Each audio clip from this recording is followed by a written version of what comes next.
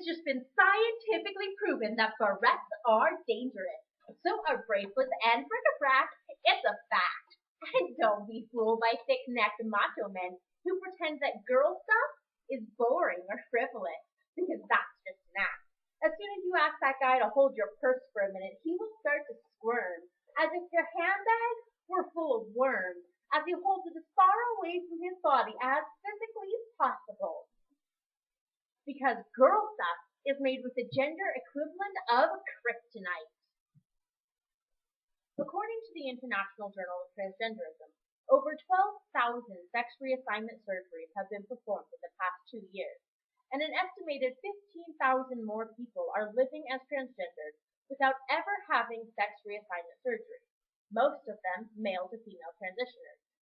Yet due to fear and prejudice, women's festivals and women's only spaces often exclude trans women, with policies that state women born women only, please.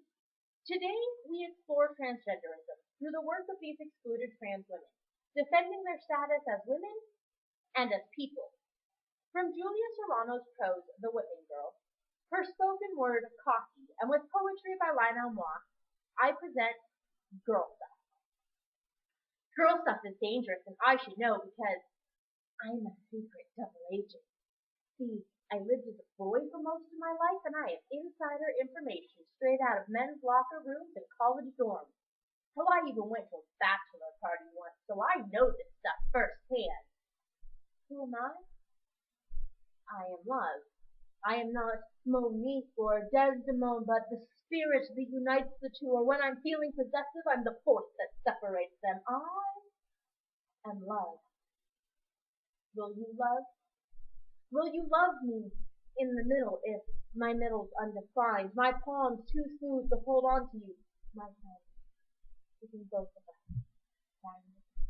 Will you love me when I'm sitting and no one's looking up to me, when I'm not moving like sex, when I move beyond sex, when I'm not moving at all, when I'm waiting, just waiting, waiting, so love me. When I'm streaming in between gender extremes and behavior roles, my penis too small to penetrate, my Lilith too present to submit. We're often told that we're living in a man's world, and in this culture, no image represents power more than the phallic symbol. And if the penis represents power, then I am illegally armed, and my body full of freckles and feminine curves is like a stealth bomber. I fly just under everyone's radar, but only because they choose not to see me. Only because nobody wants to believe that a sweet, petite, blue-eyed girl like me could ever possibly be packing heat. They say it's not the size of the wand, but the magic that it does. Well, after many months on estrogen, my penis is pretty darn small. But she has supernatural powers. She's like some pissed off ancient Greek goddess. My penis changes the meanings of everything. And because of her, every single one of my heterosexual ex-girlfriends has slept with a lesbian. And every guy who hits on me these days could be accused of being gay. Because my penis bends everyone who's straight, and she could make the most entitled cat collars and womanizers scurry away with their tails between their legs, all because of 6 small words. I used to be a man. And being a transsexual, I realize that most people see my femaleness as a facade, as an elaborate hoax.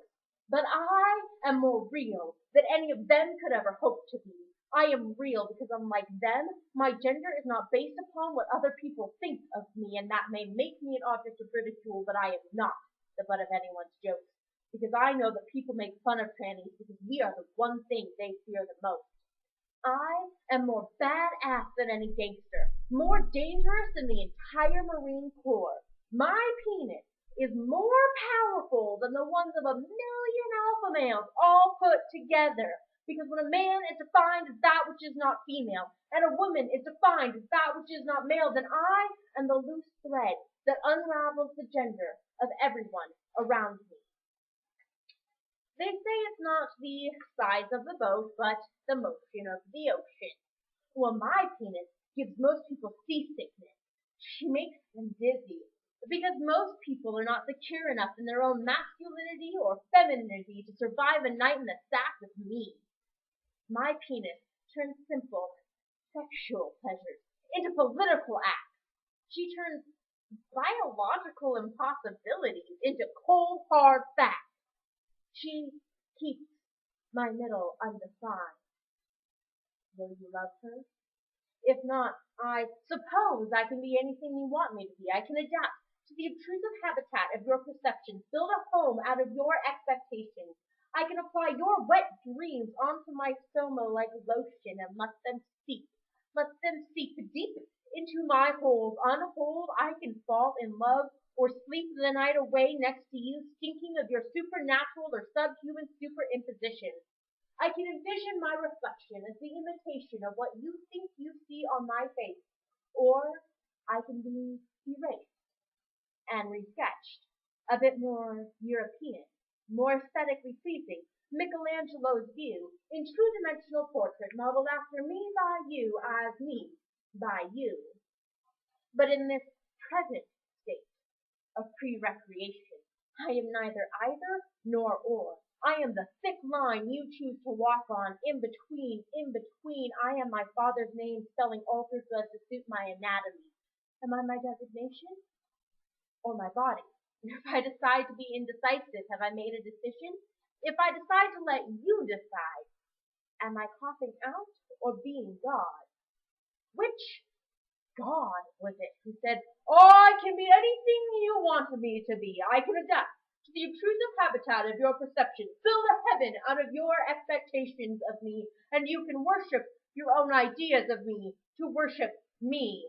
You can have conversations with me by prayer and bless, thank, and forgive yourselves in me by you. Write my holy book about me by you and say I spoke through you, I can live through you, I am you. Which God was that? But will you love me in the middle, regardless of my middle? It's just me in the middle. Will you embrace the confusion of my yin and yang infusion, disregard the illusion, and see me? I am as complicated as the universe, and as gray as a hermaphrodite, as gray as love. And so, when I walk back to my car, I'll be holding my breath, half expecting that inevitable blow to the head. And sometimes I wonder why it hasn't happened yet. And sometimes I wonder why they don't just get it over with. And sometimes I just wish I was dead.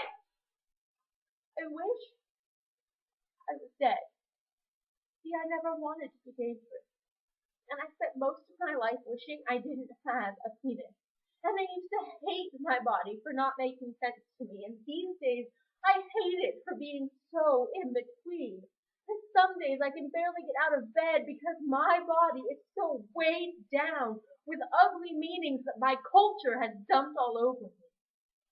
See, I've been made to feel shame and self-loathing so that everyone else can take comfort in what their bodies need. And if I seem a bit cocky, it's because I refuse to make apologies for my body anymore. I am through being the human sacrifice offered up to appease other people's gender issues. Some women have a penis, some men don't, and the rest of the world is just going to have to get the fuck over it. And if I'm destined to be the loose thread that unravels the gender of everyone around me, then I'm going to pull and pull and pull and pull until everyone is exposed, until they all finally see that all along they were merely wearing the emperor's new clothes. And I know that people don't like it when I turn the tables on them, but what the hell else am I supposed to do? Play a hand that was dealt from a deck of cards that was stacked against me from the beginning? And if I seem a bit cocky, it's because I've spent my entire life being backed into a corner and like a frightened animal pumped full of adrenaline and sick of hunger and hiding, I'm finally desperate enough to come out fighting.